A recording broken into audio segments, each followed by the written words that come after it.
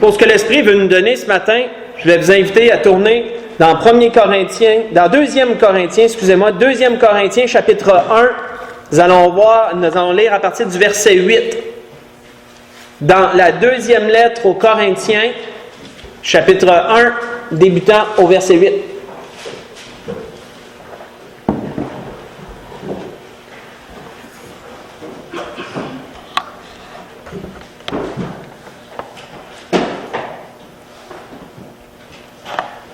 Donc, on voit que l'apôtre Paul disait aux Corinthiens, « Nous ne voulons pas, en effet, vous laisser ignorer, frères, au sujet de la tribulation qui nous est survenue en Asie, que nous avons été excessivement accablés, au-delà de nos forces, de telle sorte que nous désespérions même de conserver la vie. » Une parenthèse que je vais rouvrir et refermer immédiatement sur ça pour que vous compreniez bien le contexte dans lequel l'apôtre Paul parle ici. L'apôtre Paul parle de sa visite à Éphèse, qui est répertoriée dans les Actes, chapitre 19, à partir du verset 23. Et si vous voulez le lire pendant la semaine, continuez jusqu'au chapitre 20, verset 1. Et vous aurez l'ensemble de ce que l'apôtre Paul parle. Il parle ici de la tribulation qui est survenue lorsqu'il était à Éphèse et qu'il y a eu une grande émeute, un grand soulèvement à cause d'un certain Démétrius qui a accusé l'apôtre Paul, dire il veut nous enlever notre déesse Diane, etc., que là il y a eu un gros soulèvement dans la ville, puis que l'apôtre Paul, sa vie ainsi que la vie de certains ont été en danger à cause de la grandeur de l'émeute. Vous savez, lorsque nous sommes contre une personne, on peut essayer de se défendre, mais lorsqu'on est contre une foule innombrable qui est contre nous et qui vient vers nous et qui est menaçante et qui veut juste nous écraser, on peut avoir peur pour notre vie. Et c'est ce que l'apôtre Paul relate ici. Il dit, nous désespérions même de conserver la vie. Et quand tu es désespéré de conserver la vie, là, ça veut dire que tu penses que tes dernières heures sont arrivées. Tu penses que ta fin si bon est rendue là, c'est rendu là. Mais voyons ce que l'apôtre Paul disait par la suite. Il dit, et nous regardions comme certains notre arrêt de mort. C'est pour démontrer dans quelle grandeur, dans l'état d'esprit dans lequel il était, là, face à la grande menace qui était devant lui. Il dit par la suite, afin de ne pas placer notre confiance en nous-mêmes, mais de la placer en Dieu qui ressuscite les morts. Donc, oui, il faisait face à quelque chose de terriblement menaçant pour lui, mais il avait remis ça dans les mains du Seigneur. Il dit, moi, personnellement, je le sais que ma vie était menacée, mais il dit, Dieu peut tout. Dieu peut tout. Et il dit par la suite, il dit, c'est lui qui nous a délivrés, parce que l'apôtre Paul a été délivré de ce qui est arrivé à ce moment-là. Le Seigneur a mis à cœur à un homme, un païen parmi le peuple, un secrétaire de la ville, un homme qui était sage et éloquent. Il a mis à cœur de parler à la ville, de parler aux gens, et cela a apaisé, il a su apaiser la foule qui est à Éphèse par ses paroles sages. L'apôtre Paul a pu ainsi conserver la vie. C'est pourquoi l'apôtre Paul dit, c'est lui, en parlant de Dieu, qui nous a délivrés et qui nous délivrera d'une telle mort. Lui de qui nous espérons qu'il nous délivrera encore. Parce que l'apôtre Paul savait qu'il y avait encore d'autres épreuves qui allaient survenir devant lui, c'était sûr. Donc, il savait, il gardait l'espoir que Dieu allait encore le délivrer dans les épreuves à venir. Il dit, vous nous assistez vous-même de vos prières, afin que par la grâce obtenue pour nous par plusieurs, soit pour plusieurs une occasion de rendre grâce à notre sujet. Nous allons arrêter. Donc, nous voyons ici quoi? Nous voyons l'apôtre Paul parler de grandes menaces pour sa vie personnelle, pour la vie de d'autres qui étaient avec lui à ce moment-là. Vous pouvez lire pendant la semaine ces choses qui sont survenues. Mais l'apôtre Paul parle aussi de délivrance. Il parle que Dieu sait délivrer. On voit que David dans les psaumes a dit « Dieu est pour nous le Dieu des délivrances ». Et l'Éternel, le Seigneur, peut nous garantir de la mort. Ça va très bien avec ce que l'apôtre Paul avait vécu à ce moment-là. Vous voyez ça dans le psaume 68, verset 21. Donc Dieu est pour nous le Dieu des délivrances. Dieu délivre les siens. Il sait se souvenir d'eux au moment opportun. Mais il y a une question qu'on peut se poser, et que certainement on s'est toutes posées déjà. On voit que excusez, je déparle, c'est dans l'Apocalypse que que cette question s'est posée. Faites juste écouter, je vais lire le verset où une question s'est posée. On voit que certaines âmes qui étaient en dessous du trône du Seigneur ont posé une question à Dieu. Ils ont dit, et ils crièrent d'une voix forte en disant, « Jusqu'à quand, Maître saint et véritable, tarderas-tu à juger, à tirer vengeance de notre sang sur les habitants de la terre? » Vous voyez ça dans l'Apocalypse, chapitre 6, verset 10. Notons juste la question. C'est la question ici qui doit nous interpeller. Jusqu'à quand, Seigneur, tarderas-tu? C'est une question qu'on peut se poser parfois quand on vit des choses. Seigneur, jusqu'à quand tarderas-tu? Parce qu'à nos yeux, il peut sembler que Dieu retarde les choses, que Dieu étire, ça n'arrive pas. Jusqu'à quand, Seigneur? Vas-tu attendre avant de me délivrer? En d'autres mots. Vas-tu attendre avant de bénir? Vas-tu attendre avant d'exaucer? Avant de délivrer, etc. C'est une question qu'on s'est certainement toutes posée à un moment ou à un autre. Ou peut-être qu'on se pose en ce moment. Une autre question qu'on pourrait se poser, pourquoi Dieu agit comme ça? Parce que oui, on doit effectivement reconnaître que dans la façon d'agir de Dieu, ça arrive fréquemment que Dieu va attendre au dernier instant avant d'exaucer, avant de délivrer, avant de bénir. Est-ce que je suis en train de dire que Dieu fait toujours ça? Absolument pas. Mais on voit dans la façon d'agir de notre Père éternel qu'il arrive parfois, et plus fréquemment qu'autrement, que Dieu va attendre au dernier instant avant de répondre. Et la question que ces hommes se posaient, jusqu'à quand tarderas-tu? C'est une question qu'on peut se poser. Et l'autre question qui peut être soulevée, c'est pourquoi Dieu agit comme ça? Parce qu'on sait que Dieu ne fait pas les choses pour rien. C'est pas simplement parce que un matin, ça y tente de dire « Ah ben, je vais attendre pour celui-là. Oh non, lui, j'attendrai pas. » Il y a toujours une raison. Dieu, dans ses vues, voit tellement de choses, des pensées insondables de Dieu, frères et sœurs, que Dieu, on ne peut pas sonder ses pensées, on peut comprendre pourquoi il fait les choses comme ça, mais il y a une raison, c'est ce qui est important. C'est que Dieu a toujours une raison pour toutes. Il y a toujours une raison. Et il y en a une pourquoi Dieu attend parfois au dernier instant avant d'exaucer. Et c'est dans ces choses que l'Esprit veut nous diriger ce matin. Tournons premièrement dans Job, chapitre 31. Nous allons voir quelques points, quelques raisons pour lesquelles Dieu attend jusqu'à la fin avant d'exaucer. C'est intéressant ce que l'Esprit veut nous donner ce matin. Pourrait répondre à certaines questions que peut-être on se pose. Dans Job, chapitre 31, voyons premièrement une chose.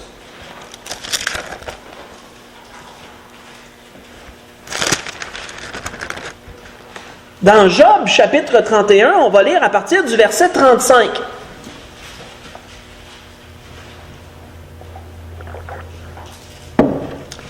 Où c'est Job qui parle et qui dit « Oh, qui me fera trouver quelqu'un qui m'écoute? » On le sait, il y avait beaucoup de discours. On est à la fin là, du livre de Job. On s'en va vers la fin du moins. On sait que Job a discouru beaucoup avec ses trois amis. On connaît le genre de discours, hein? Ses trois amis l'accusent. Job se défend. Mais Job, en même temps, apporte beaucoup de plaintes et beaucoup de choses face à sa situation. Ne comprend pas pourquoi. Et certainement, Job s'est posé la même question. Jusqu'à quand, Seigneur, tarderas-tu? Et pourquoi, Seigneur, ces choses sont-elles ainsi? Etc., etc. Ça fait toute partie du discours de Job, ça. Et là, Job dit, « Oh, qui me fera trouver quelqu'un qui m'écoute? Voilà ma défense toute signée. Que le Tout-Puissant me réponde. » On voit qu'il était dans l'attente. Il voulait avoir une réponse. « Qui me donnera la plainte écrite par mon adversaire? Je porterai son écrit sur mon épaule, je l'attacherai sur mon front comme une couronne, je lui rendrai compte de tous mes pas. Je m'approcherai de lui comme un prince. Si ma terre crie contre moi, et que ses sillons versent des larmes, si j'en ai mangé le produit sans l'avoir payé, et que j'ai attristé l'âme de ses anciens maîtres, qu'il y croise des épines au lieu du froment et de l'ivraie au lieu de l'orge. » Et nous voyons, frère, ça, le dernier verset qui dit « Fin des paroles de Job ». Qu'autrement dit, À partir de ce temps-là, Job n'a plus prononcé aucune parole. C'était la fin de ses discours. Job avait épuisé toutes ses réserves de paroles, de pensées. Il avait vidé son sac, en bon québécois. Il avait vidé son sac. Il avait dit tout ce qu'il avait à dire. Il n'avait plus rien à redire. Nous savons qu'il y avait quelqu'un qui se tenait là avec eux autres et qui s'est manifesté lorsque tout le monde s'est tu. C'est Élihu, on le sait. Élihu avait attendu, il l'a dit lui-même, j'ai attendu jusqu'à la fin de tes discours avant de parler. Et là, nous n'irons pas dans tout ce qu'Élihu a dit à Job. Mais frères et sœurs, ce qu'on oublie, c'est qu'il y en a un autre qui attendait, en plus d'Élihu, que Job ait fini de vider son sac. C'était qui cet autre-là? C'était Dieu. Dieu attendait aussi que Job ait fini de vider son sac pour parler. Oui? On voit dans le chapitre 38, tournons-y, chapitre 38, verset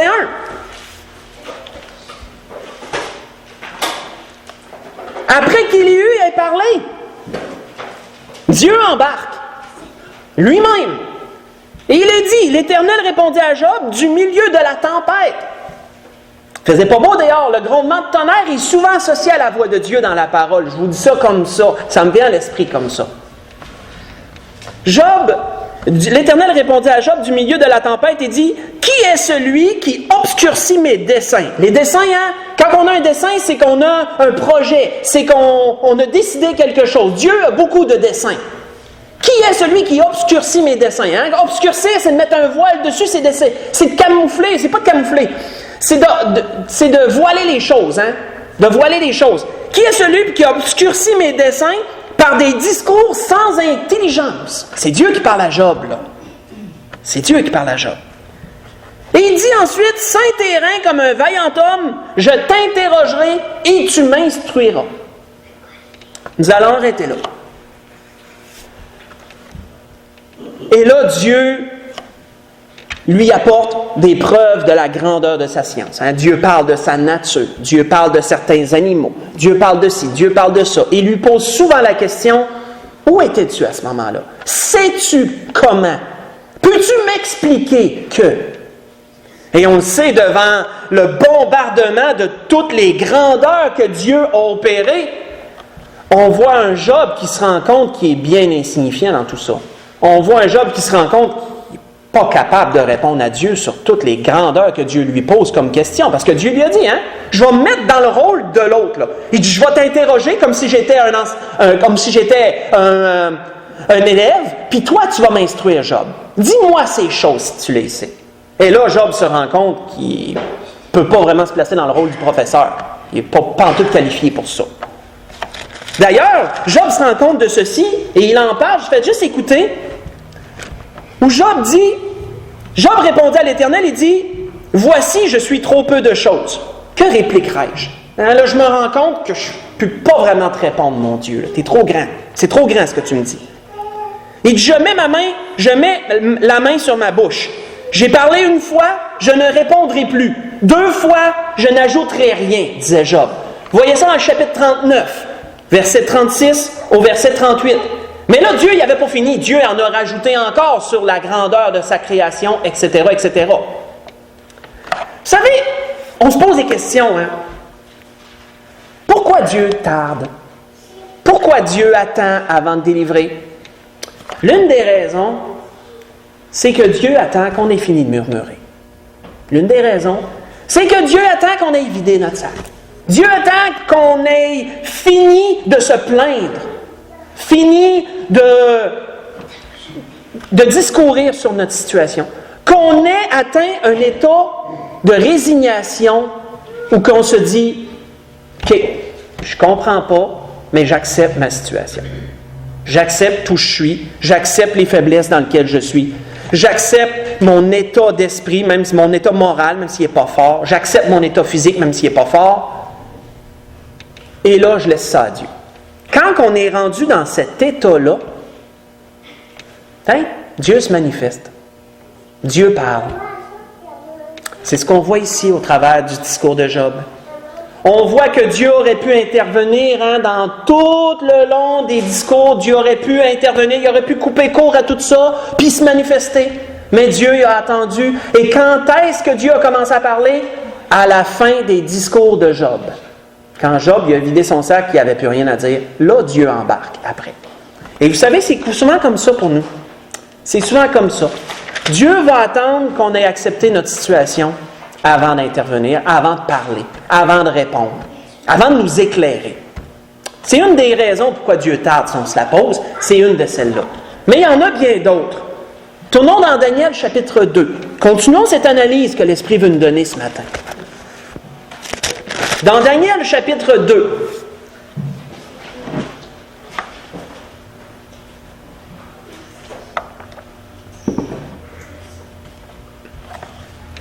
parce que Dieu a de multiples raisons pourquoi il attend la fin avant de répondre. Il y a de multiples raisons. On en a vu une. On voit dans Daniel chapitre 2 à partir du verset 12. Je vous mets dans le contexte, on le sait, livre Daniel, livre de ceux qui ont été apportés par Nabuchodonosor, 70 années de captivité. Daniel et ses amis ont été dans les premiers à être amenés. Et là, on sait, ils sont tombés au service du roi, etc., etc. Le roi, il a eu un songe, il ne s'en souvenait plus. Et là, le roi a voulu que ses grands lui disent quel était ce songe. Mais ses grands, ils ont dit, comment qu'on peut faire ça? Tu ne te souviens même pas toi-même de ce que tu as dit. Seulement les dieux savent ce que tu as rêvé. On ne peut pas le savoir. Le roi était dans une grande colère. Il a fait un édit comme de quoi tout le monde devait mourir. Tous les sages de Babylone devaient mourir. Et là, on se trouve là, au verset 12. Là-dessus, le roi se mit en colère. Il s'irrita violemment. Il ordonna qu'on fasse périr tous les sages de Babylone. La sentence fut publiée. Les sages allaient être mis à mort. Et l'on cherchait Daniel et ses compagnons pour les faire périr, parce qu'eux autres aussi faisaient partie des sages, entre guillemets, parce qu'ils étaient au service du roi. Alors Daniel s'adressa d'une manière prudente et sensée à Arjoc, chef des gardes du roi, qui était sorti pour mettre à mort les sages de Babylone. Il prit la parole et dit à Arjoc, commandant du roi, « Pourquoi la sentence du roi est-elle si sévère? » Arjoc exposa la chose à Daniel, et Daniel se rendit vers le roi, et le pria de lui accorder du temps pour donner au roi l'explication. Ensuite, Daniel alla dans sa maison. Il en instruisit de cette affaire Anania, Michaël et Azaria, ses compagnons, les engageant à implorer la miséricorde du Dieu des cieux, afin qu'on ne fasse pas périr Daniel et ses compagnons avec le reste des sages de Babylone. Et il nous a dit, nous allons finaliser avec le verset 19, alors, on sait s'il y a un alors, ça veut dire que c'est à partir de ce temps-là. Alors, le secret fut révélé à Daniel dans une vision pendant la nuit, et Daniel bénit le Dieu des cieux. Nous allons arrêter là. Pourquoi Dieu attend-il jusqu'à la fin? On peut se poser encore cette question. Parce qu'on voit qu'à ce moment-là, Dieu aurait pu avertir Daniel à l'avance. Dieu aurait pu donner une révélation à Daniel puis dire, Daniel, j'ai donné au roi un songe, voici l'explication. Lorsqu'il va te demander c'était quoi, tu vas pouvoir tout de suite y répondre. Dieu peut tout faire. On sait que Dieu n'avait pas besoin d'attendre qu'il y ait un édit de publication de mise à mort qui soit émis, puis que là, tout le monde s'est menacé, y compris Daniel et ses amis, puis que là, Dieu donne à la fin l'explication. Dieu n'a pas besoin d'attendre si longtemps. Si Dieu le fait, il y a une raison. On voit dans ce cas-là qu'ils ont eu peur, eux autres aussi. Puis Daniel est intervenu auprès du roi, dire « Laisse-moi juste le temps de te répondre. » Et là, Daniel a supplié, il a prié avec ses amis, et la réponse est venue. Dieu a donné l'explication à la fin. On sait ce qui est arrivé. Daniel est allé auprès du roi, lui a expliqué le songe et tout. Mais, frères et sœurs, une des raisons pour laquelle Dieu tarde, nous la voyons dans cette situation, où il est dit au verset 47 du même chapitre. Au verset 47 du même chapitre, il est dit, le roi adressa la parole à Daniel et dit, « En vérité, votre Dieu est le Dieu des dieux et le Seigneur des rois. Et il révèle les secrets puisque tu as pu découvrir ce secret. » Dieu agit comme ça pour se glorifier. Dieu agit comme ça pour manifester sa gloire, mais encore plus. Regardons le verset suivant parce qu'il est important. Ensuite, le roi éleva Daniel et lui offrit de nombreux et riches présents. Il lui donna le commandement de toute la province de Babylone, l'établit chef suprême de tous les sages de Babylone. Daniel pria le roi de remettre l'intendance de la province de Babylone à Shadrach, Meshach et Abednego, qui sont les noms perses de ses 3 amis. Et Daniel était à la cour du roi. Frères et sœurs, Dieu parfois peut permettre d'attendre. Dieu peut répondre à la fin, afin que la bénédiction ne soit que plus grande lorsqu'il répondra. Dieu permet parfois que la pression monte un peu, et que là, ça atteigne un certain point, et que lorsque le point est rendu, on pourrait dire le point d'ébullition, peut-être, si on veut se mettre une image, lorsqu'on est rendu là, Dieu répond, et la bénédiction est encore plus grandiose que s'il aurait répondu tout de suite. Dieu peut faire ça. C'est l'une des raisons pour laquelle Dieu tarde, pour que ce soit encore mieux, encore plus grand lorsqu'il répondra. Si vous voulez lire pendant la semaine, bonne lecture, si vous le voulez, vous allez avoir un exemple. Les 10 plaies d'Égypte sont le parfait exemple de ce qu'ils ont vécu ici. À partir d'Exode 7, verset 14, jusqu'à Exode 12, verset 36, nous voyons les 10 plaies d'Égypte. Et nous le savons, Dieu aurait pu répondre à la première plaie. Il aurait pu faire la 10e, là, il aurait pu la faire en premier s'il aurait voulu. Dieu aurait pu mettre à mort les premiers-nés tout de suite au début, la première des plaies, puis la dernière, ça aurait été fini. Dieu aurait pu faire ça. Dieu peut tout faire. Mais non, de plaie en plaie, la pression montait en Égypte, la pression montait auprès de Pharaon, la pression montait chez les gens de Pharaon, chez le peuple égyptien. Les plaies devenaient de plus en plus lourdes pour les Égyptiens. Jusqu'à un certain point, elles sont devenues lourdes pour le peuple juif, mais Dieu en a exempté certaines pour eux. De sorte que lorsque la 10e est arrivée, c'était le point d'ébullition, si vous voulez avoir une image. C'était vraiment un point culminant. La chaudière était pleine. Là, la prochaine goutte d'eau allait faire déborder le vase, puis ça a été le cas. La 10e plaie, qu'est-ce qui est arrivé? On voit que Pharaon, il a dit aux Juifs, allez-vous-en. Ils les ont chassés comme s'ils étaient de la peste. Faites ce que vous voulez, allez-vous-en, allez servir votre Dieu dans le désert, faites ce que vous voulez. Combien que la délivrance a été grandiose pour eux, mais il a fallu que Dieu mette un peu de pression, laisse la pression monter pour arriver jusqu'à un certain point pour que ça arrive. Comme ça. Et oui, frères et sœurs, Dieu peut parfois permettre ça. Dieu peut parfois permettre que la pression aille jusqu'à un certain point avant de répondre. Dieu a toujours des bonnes raisons pour faire ce qu'il fait. Pourquoi tarde-t-il? Il y a des raisons. On voit qu'il avait été dit à ce moment-là, dans la nuit même où cela s'est arrivé, Pharaon appela Moïse et Aaron et leur dit, « Levez-vous et sortez du milieu de mon peuple. » Il n'a pas attendu le matin, hein? Il est allé tout de suite voir Moïse, puis d'habitude c'est Moïse, puis Aaron qui allait voir le Pharaon. Lui, il ne se déplaçait pas, hein? Mais dans le lui-même, c'est Pharaon lui-même qui s'est déplacé pour venir les voir. Ça, c'est quelque chose, là. Ça, c'est un signe d'humilité, là. Pharaon s'est déplacé pour venir voir Moïse et Aaron, hein? Puis il leur a dit, sacrez le camp d'ici. En bon québécois, là. Allez-vous-en! Levez-vous et sortez du milieu de mon peuple. Vous et les enfants d'Israël, allez servir l'Éternel votre Dieu comme vous l'avez dit. Prenez vos brebis, vos bœufs, comme vous l'avez dit, allez et bénissez-moi. Et on le sait, si je continuerai à lire, on verrait que les Juifs ont demandé aux Égyptiens des objets d'or et d'argent, et les Égyptiens étaient tellement pressés de les voir partir qu'ils ont tout donné leur richesse, de sorte que la Bible nous dit que les Juifs ont dépouillé l'Égypte. Quand tu dépouilles quelqu'un, tu lui enlèves tout ce qu'il y a. Dépouiller quelqu'un, c'est de lui enlever tout ce qu'il y a. Les Juifs ont enlevé tout ce que les Égyptiens avaient quasiment. Ils sont partis avec d'énormes richesses comme des rois quasiment. On pourrait dire. Voyez ça à la fin, dans l'Exode chapitre 12, que je vous ai lu à la fin de ce que je vous avais dit de lire. Exode chapitre 12, à partir du verset 31 jusqu'au verset 36. On voit que Salomon disait dans l'Ecclésiaste ceci, et ça rajoute sur ce que l'Esprit veut nous donner ce matin. Il est dit à propos de Dieu, il fait toutes choses belles en son temps. Bien, juste ça. Ecclésiaste 3, verset 11. Il fait toutes choses belles en son temps.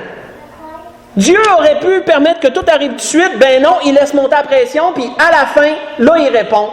Et la bénédiction n'est plus grandiose que pour ça. Continuons. Dans Daniel chapitre 3, pas tellement plus loin. Voyons une autre situation, et ça nous expose une autre raison pour laquelle Dieu va attendre. Va peut-être tarder à nos yeux, il tarde du moins. avant de répondre. Dans Daniel chapitre 3, à partir du verset 14,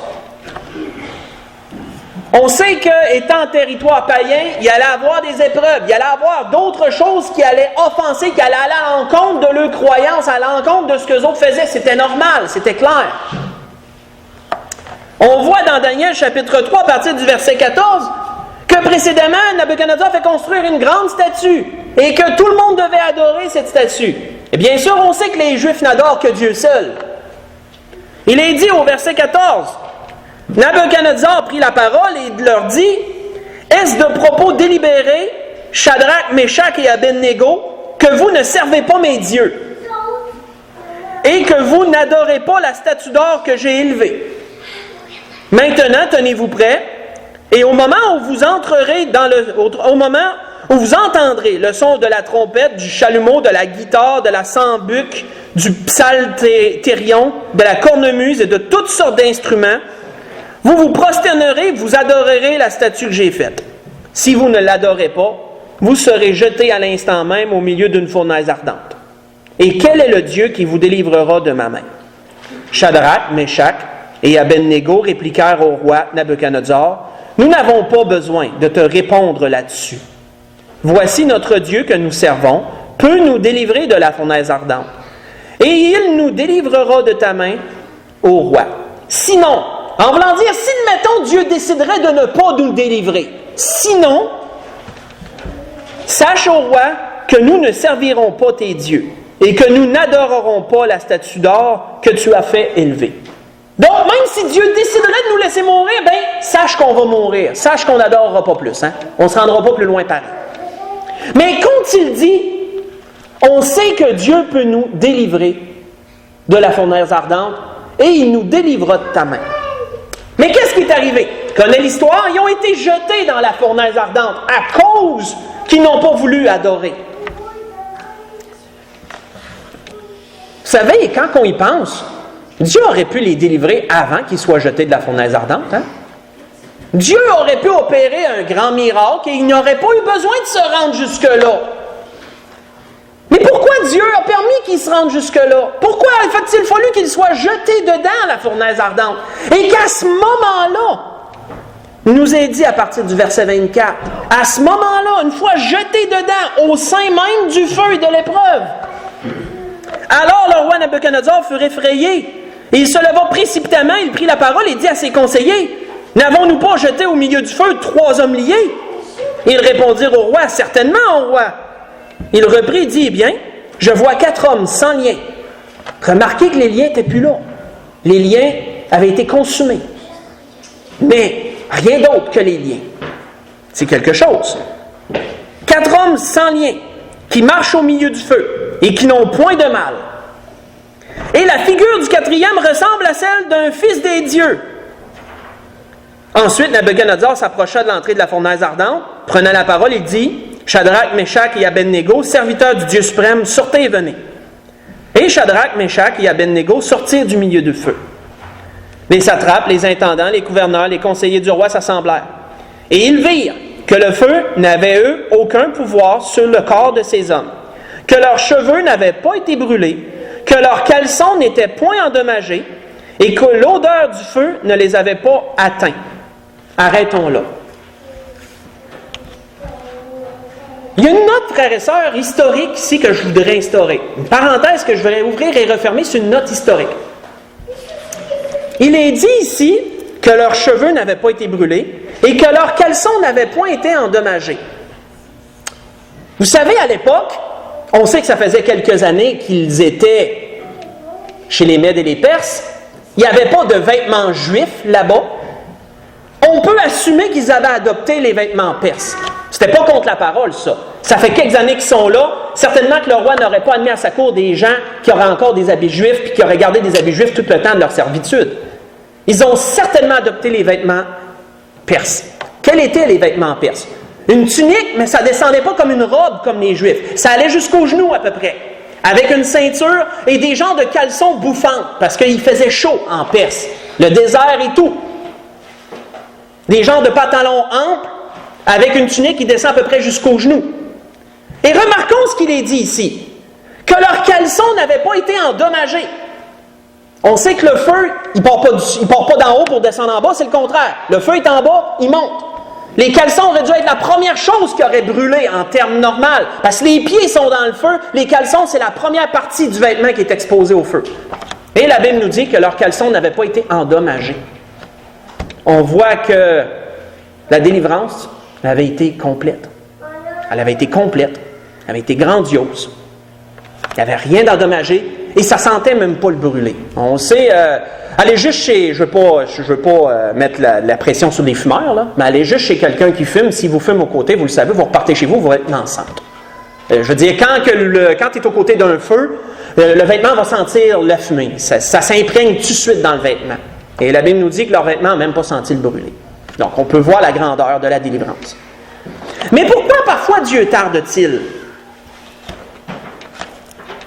Dieu veut éprouver notre foi. Ça, on l'a entendu souvent.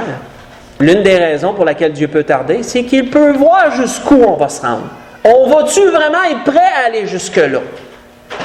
On va-tu être vraiment prêt à aller jusque dans le feu, d'une façon imagée, pour Dieu? Ou sinon, ça, on va s'arrêter avant.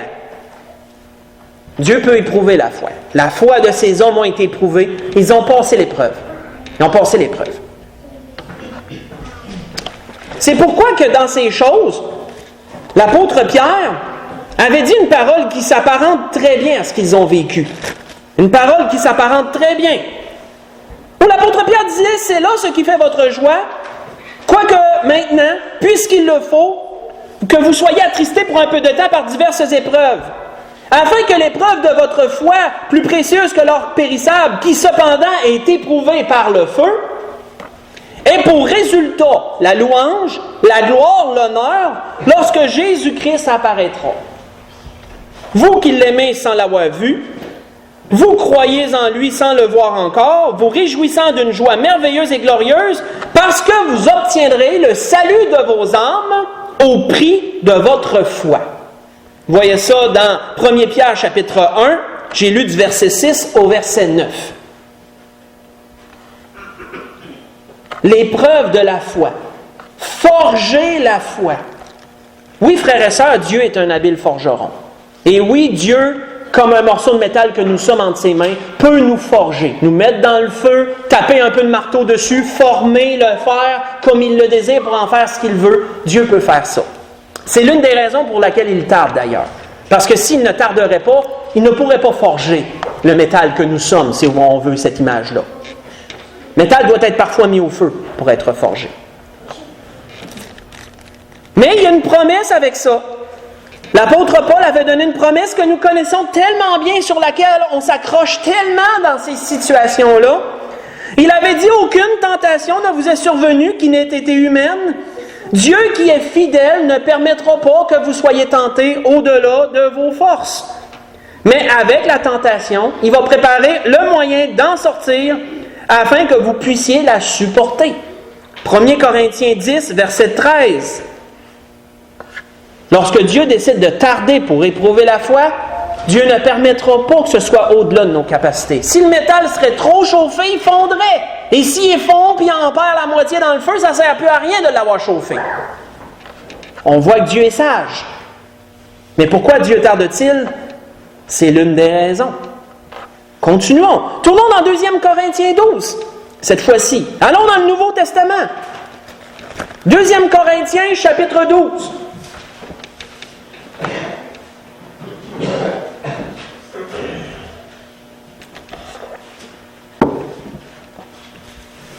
On a vu quoi jusqu'à présent?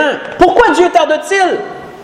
Dieu attend qu'on finisse de murmurer. Dieu attend qu'on tombe dans un état de résignation, qu'on accepte notre condition. Ou qu'on attend en silence le secours de l'Éternel, comme il était dit dans un autre endroit. Et quand on a fini de déballer notre sac, puis qu'on a fini de chialer et de murmurer sur notre situation, là, Dieu nous parle. On a vu un deuxième exemple. Parfois, Dieu veut que notre bénédiction soit tellement grande qu'il va attendre jusqu'à la fin, parce que c'est là que la bénédiction va être la plus grande, lorsqu'il va répondre à la fin. On a vu que parfois Dieu veut éprouver la foi, veut forger le métal que nous sommes, et Dieu va laisser chauffer un peu, il va attendre à la fin, avant de délivrer, pour sonder et prouver. Autre chose que nous voyons ici dans 2 Corinthiens 12, que nous connaissons bien, à partir du verset 6. Vous savez, l'apôtre Paul le dit qu'il avait reçu des révélations excellentes de la part de Dieu. Il ne pouvait pas dire si c'était dans son corps ou hors de son corps. Il était-tu monté aux cieux avec son corps ou sinon c'est juste en esprit qui était monté aux cieux, il ne pouvait pas le dire. C'était dur à décrire. Mais il dit, je sais une chose, je dois garder pour moi ce que j'ai entendu. Puis je ne dois pas m'enorgueillir de ces révélations excellentes-là. Et il dit, si je voulais me glorifier, je ne serais pas un insensé, car je dirais la vérité. Mais j'en m'en abstiens, afin que personne n'ait à mon sujet une opinion supérieure à ce qu'il voit en moi ou ce qu'il entend de moi. C'est une sagesse que l'apôtre Paul mentionne ici, frères et sœurs. C'est dangereux d'aduler un homme, c'est dangereux d'élever trop un être humain en estime à nos yeux. Il faut faire attention à ça. Tu sais, parfois, il y a des hommes de Dieu qu'on élève tellement haut, on les place sur un piédestal, puis on les considère comme s'ils étaient quasiment Dieu en personne ou le Saint-Esprit. C'est pas le cas. L'apôtre Paul disait, il dit, si j'aurais voulu me glorifier, là, j'aurais pu vraiment m'en mettre, là, puis les gens auraient eu tellement une opinion de moi. Puis il dit, bon, il n'est pas bon qu'il soit comme ça. Prenons garde à ne pas élever aucun homme, frère et sœur, au-dessus de ce qu'il devrait être. Aucun. Y compris moi, bien sûr, je suis dans le lot. Les hommes de Dieu sont là pour vous servir. Point à la ligne. Il y en a qui sont fidèles. Gloire à Dieu, priez pour eux pour qu'ils le demeurent. Ni plus ni moins. N'élevez personne trop haut dans vos cœurs et dans vos esprits. Seul Dieu doit être élevé, et Jésus-Christ, bien sûr. L'apôtre Paul disait, « Et pour que je ne sois pas enflé d'orgueil, à cause de l'excellence de ces révélations, il m'a été mis une écharpe dans la chair. Un ange de Satan pour me souffleter et m'empêcher de m'enorgueillir. » On le pense, je le rappelle tout le temps, ça a le rapport avec ses yeux, c'est ce qu'on croit. L'apôtre Paul l'avait dit aux Galatiens, si vous auriez pu vous arracher vos yeux pour me les donner, vous l'auriez fait. Et il y avait une raison, il y avait quelque chose. Quelle était cette écharpe dans la chair? 3 fois j'ai prié le Seigneur. On a déjà parlé là-dessus. Avons-nous déjà prié jusqu'à 3 fois? Souvenez-vous de ce message-là. Ça fait longtemps que j'ai prêché ça. Avons-nous déjà prié jusqu'à 3 fois d'affilée sur une même chose? Une fois on prie, on laisse aller. Peut-être qu'on va y penser une 2e fois dans la même journée. Mais prier jusqu'à 3 fois, le Seigneur le fait à Gethsémani aussi. On l'a vu à d'autres endroits. Prier jusqu'à 3 fois pour la même chose. Hein, il dit 3 fois j'ai prié le Seigneur de l'éloigner de moi. Et il m'a dit, le Seigneur a répondu. Et il m'a dit, ma grâce te suffit. Car ma puissance s'accomplit dans la faiblesse. Je me glorifierai donc bien plus volontiers de mes faiblesses, afin que la puissance de Christ repose sur moi. C'est pourquoi je me plais dans les faiblesses, dans les outrages, dans les calamités, dans les persécutions, dans les détresses, pour Christ. Car quand je suis faible, c'est alors que je suis fort, c'est l'apôtre Paul. Qu'en était-il venu de sa logique? Qu'est-ce que l'apôtre Paul avait compris dans son raisonnement? C'est que Dieu, parfois, peut tarder parce qu'il veut que sa délivrance n'en soit que plus grandiose. Dieu veut se glorifier. Si nous sommes dans un état de force quand Dieu répond, ça peut obscurcir les grâces qu'il nous fait parce qu'on est dans un état de force. On pourrait en venir à penser qu'on a un rôle à jouer là-dedans, d'une façon ou d'une autre. Mais quand nous sommes dans un état de faiblesse et qu'on voit la délivrance de Dieu, combien que cela nous marque, combien que cela vient nous chercher et combien qu'on sait que Dieu seul peut faire ce qui est arrivé. Parce qu'on n'avait pas la force de faire quoi que ce soit. Si Dieu tarde, si Dieu nous met dans une situation de faiblesse morale ou physique, c'est parce qu'il veut que cette délivrance nous marque profondément et qu'elle n'en soit que plus grandiose dans notre mémoire et dans nos cœurs aussi. Des exemples, il y en aurait une panoplie. Le peuple juif, c'est comme ça que Dieu a agi pour eux tout le long de leur marche dans le désert. Si vous remarquez, si vous analysez les miracles que Dieu fait, Dieu attendait toujours à la fin. Dieu attendait toujours que le peuple murmure et que le peuple pense qu'il était pour mourir. Et là, Dieu répond. Ça a été comme ça tout le temps. Les eaux amères à Mara, etc., etc. Dieu aurait pu faire que les eaux soient bonnes avant même qu'il arrive, puis il s'en ne serait jamais rendu compte que les eaux étaient amères. Non, Dieu peut tout faire. Non.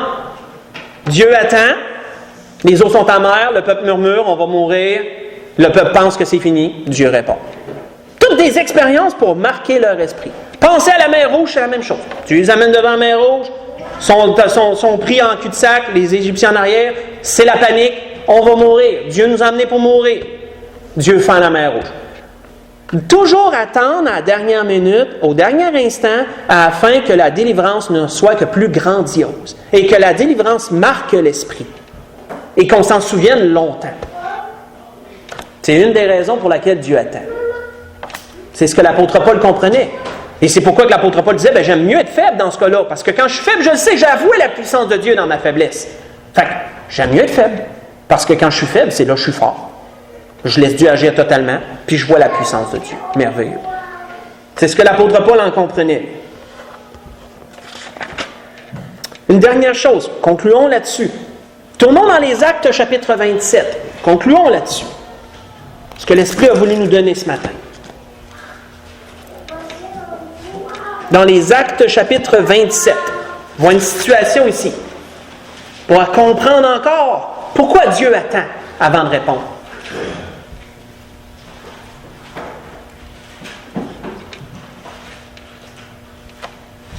Alors, on a vu atteindre l'état de résilience, atteindre l'état où on arrête de murmurer. On a vu que parfois Dieu veut nous bénir encore davantage. La bénédiction va être encore plus grandiose. Parfois, c'est le baptême du feu, c'est l'épreuve de la foi que Dieu voit au travers de tout ça. Et d'autres fois, comme on vient de le voir, d'autres fois, Dieu veut nous placer dans un état de faiblesse parce qu'il veut que ça nous marque. Il veut que ce soit grand. Il veut que la délivrance, on la vive, puis qu'on voit que ça pouvait venir que de Dieu. Il veut se glorifier là-dedans. Et la dernière chose, nous le voyons dans les Actes chapitre 27, à partir du verset 9. L'apôtre Paul était amené pour comparaître devant César. L'apôtre Paul était prisonnier, était amené. Ça pouvait être un voyage qui allait durer extrêmement longtemps. Dans ce temps-là, pas d'avion pour se rendre directement à Rome. Ça pouvait durer des mois de navigation, de périple, de ci, de ça, pour se rendre finalement à Rome.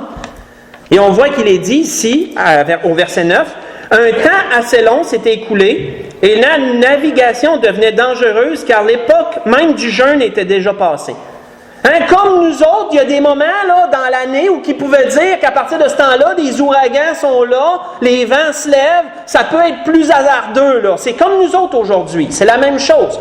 C'était comme ça à l'époque aussi. Les navigateurs pouvaient reconnaître qu'il y avait des temps où c'était pas bon d'en s'embarquer sur un voyage sur l'eau. C'était mieux d'attendre. Et c'est ce qu'ils reconnaissaient. Et c'est pourquoi Paul avertit les autres en disant « Ô homme, je vois que la navigation ne se fera pas sans péril et sans beaucoup de dommages, non seulement pour la cargaison et pour le navire, mais encore pour nos personnes. » Mais on écoute qui? On écoute-tu un esclave qui semble insignifiant ou on écoute les experts? On écoute-tu le centenier, que c'est lui qui est le boss, le navigateur, que c'est lui qui a le contrôle, ou on écoute l'esclave, qui lui donne son opinion, mais son opinion ne pèse pas bien pesante dans la balance. L'apôtre Paul les avertit, c'est pas le bon temps pour naviguer, on ferait mieux d'attendre, ça va être dangereux. Mais non, ils n'ont pas écouté. Qu'est-ce qui est dit par la suite? On le sait. Le centenier écouta le pilote et le patron du navire plutôt que les paroles de Paul. Et comme le port n'était pas bon pour hiverner, la plupart furent d'avis que de le quitter pour tâcher d'atteindre Phénix, port de Crète, qui regarde le sud-ouest et le nord-ouest afin d'y passer l'hiver. On n'arrêtera pas ici, on va attendre un petit peu plus loin. On va aller plus loin encore. Un léger vent du sud vint à souffler, et cette phrase, frère et sœur, je l'aime, ce qui va suivre, parce que ça nous reflète. Et se croyant maîtres de leurs desseins. Des desseins, c'est des projets, hein? Puis parfois, on se croit maître de nos projets. On veut faire quelque chose, puis tout insignifiant, on se dit, regarde, ça va être correct, là. On se croit maître de notre dessein. Se croyant maître de leur dessein, un petit vent léger soufflait, se sont dit, waouh, c'est un beau vent pour nous, ça, il est léger, c'est parfait. On y va, on s'embarque, on décolle. Se croyant maître de leur dessein, ils levèrent l'ancre et côtoyèrent de près l'île de Crète. Mais bientôt, un vent impétueux, l'Euraquilon, se déchaîna sur l'île. Le navire fut entraîné sans pouvoir lutter contre le vent et nous nous laissâmes aller à la dérive. Oups! Les choses virent de travers, ne sont plus capables de revirer de bord. Quand tu es au milieu de la mer, tu dois être tellement sans force, tu dois être tellement... j'ai pas le mot, là. Le mot, je l'ai sur le bout de la langue, mais je ne suis pas capable de le sortir. Tu dois être vraiment comme, regarde, tu es à la merci, là, hein? Quand tu es sur l'eau, tu es à la merci. Tu n'y a pas grand-chose que tu peux faire. On voit que c'est devenu très périlleux. On le sait, ils ont dû jeter une partie de la cargaison. On le sait, ils ont essayé tout ce qu'ils ont pu pour essayer d'alléger le navire, essayer de garder le navire vraiment aussi stable que possible. Mais qu'est-ce que l'apôtre Paul leur dit à partir du verset 21? Quand ils ont été disposés à écouter, là, l'apôtre Paul avait parlé une fois, ils n'avaient pas écouté. Mais quand ils ont été disposés à écouter, qu'est-ce que l'apôtre Paul a dit? On n'avait pas mangé depuis longtemps.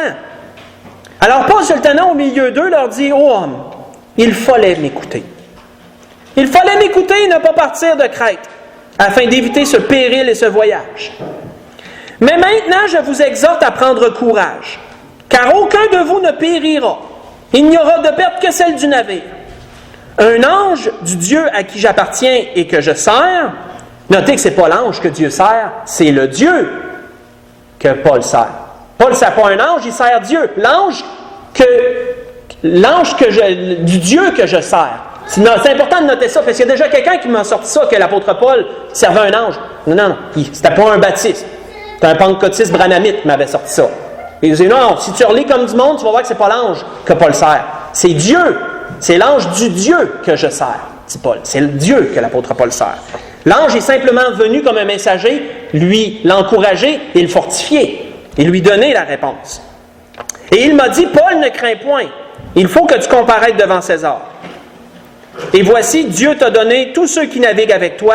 C'est pourquoi, ô homme, rassurez-vous, car j'ai cette confiance en Dieu qu'il en sera comme il m'a été dit. Mais nous devons échouer sur une île. Arrêtons là. Dieu aurait pu les délivrer avant ce temps-là. On connaît la suite. On sait que le navire a échoué, puis on sait qu'ils ont dû se rendre à la nage, au rivage, puis qu'ils s'en sont sortis. Mais il n'y avait plus de navire, c'était seulement eux autres. Il n'y avait plus rien. Dieu aurait pu les délivrer avant. Pourquoi Dieu a attendu jusque-là? Si Dieu tarde, c'est parfois pour nous faire réaliser qu'on a fait une erreur. Hein? Dieu peut parfois décider d'attendre avant de bénir, d'attendre avant de répondre, d'exaucer, parce qu'on a fait une erreur, puis Dieu veut qu'on le ressente, qu'on a fait une erreur. Dieu veut qu'on le ressente. Dieu veut qu'on vive un peu l'erreur, là.